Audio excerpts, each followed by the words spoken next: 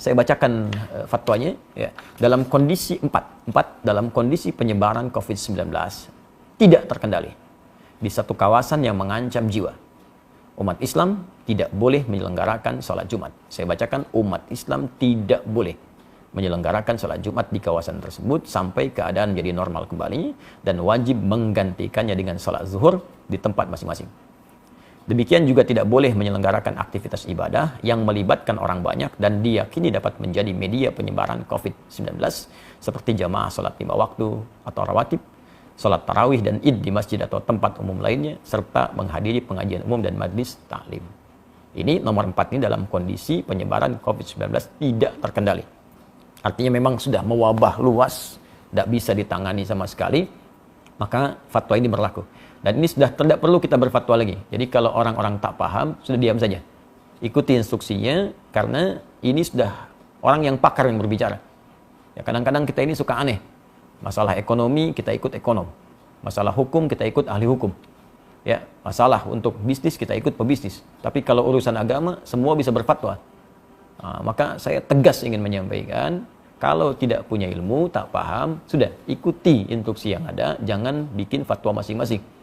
Nah, jangan sampai Anda bisa mengatakan misalnya, mohon maaf, ini kan bagian dari ibadah itu wajib kalau wafat sedang dalam keadaan sholat. Wafat itu tidak ada kaitan dengan virus atau yang lain. Kalau sudah tiba ajal ya wafat. Tapi ketentuan syariat mesti kita ikuti. Nabi saja meminta kita untuk menjaga diri. Anda bukan Nabi, bukan Rasul, menganjurkan sesuatu yang bertentangan. Maka itu sangat hal yang tidak diharapkan.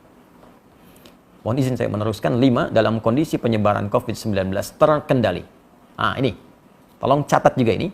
Dalam kondisi penyebaran COVID-19 terkendali, umat Islam wajib menyelenggarakan sholat Jumat dan boleh menyelenggarakan aktivitas ibadah yang melibatkan orang banyak, seperti jamaah sholat 5 waktu atau rawatib, sholat tarawih dan id di masjid atau tempat umum lainnya, serta menghadiri pengajian umum dan majlis taklim dengan tetap menjaga diri agar tidak terpapar COVID-19.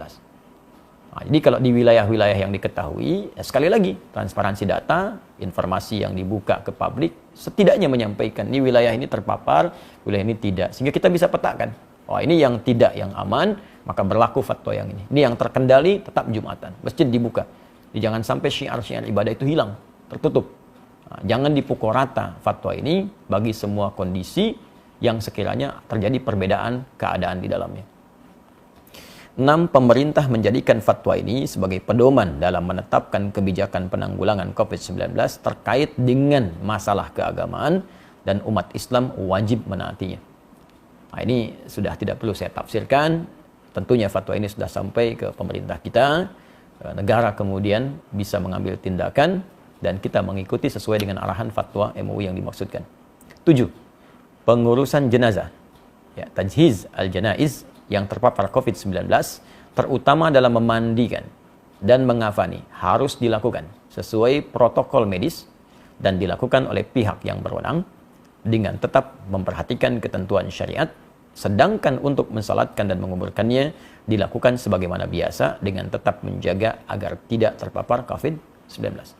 Saya kira ini sangat jelas, ya, dan ini perlu berkonsultasi juga.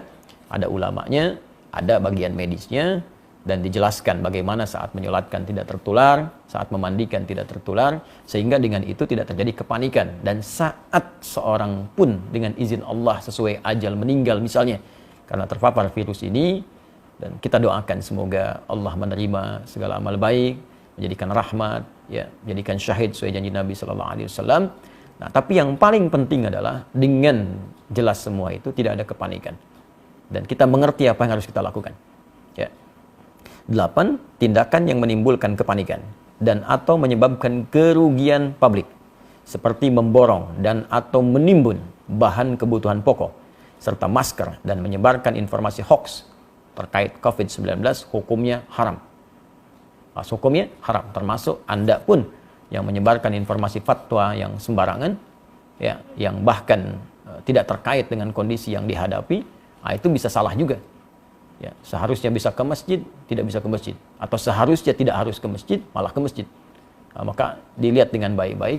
Dan saya pada poin yang ke-8 ini ingin mengajak seluruh lapisan masyarakat Indonesia, tanpa kecuali, terlepas dari sekat-sekat keyakinan dan yang lainnya, mari kita bersinergi untuk mengatasi wabah virus COVID-19 ini.